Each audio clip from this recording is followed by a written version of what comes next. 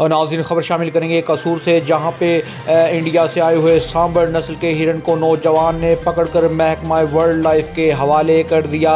वहां पे मौजूद है हमारे नुमाइंदे आसिफ भट्टी। जी आसिफ, तफसीलात से आगाह कीजिएगा।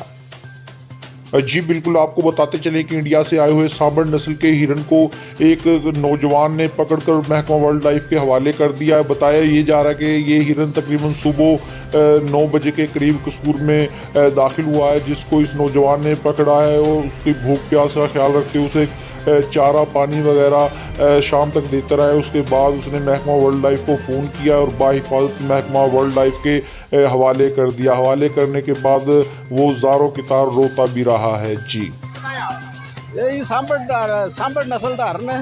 ਇਹ ਨਯਾਬ ਨਸਲ ਦਾ ਹੈ। ਇੰਡੀਆ 'ਚੋਂ ਆਇਆ, ਸੁਬਹ ਇਹਦੇ ਨਾਲ ਆਏ ਆ। ਇੱਥੇ ਆ ਰੋਡ ਕੋਟ ਆ ਗਿਆ, ਘਰੋਂ ਇਹਨੂੰ ਬੰਦ ਕੀਤਾ, ਹੁਣ ਗੱਡੀ 'ਚ ਪਾ ਕੇ ਛਾਂਗੇ ਮਾਂਗੇ ਲੈ ਜਾ ਰਹੇ।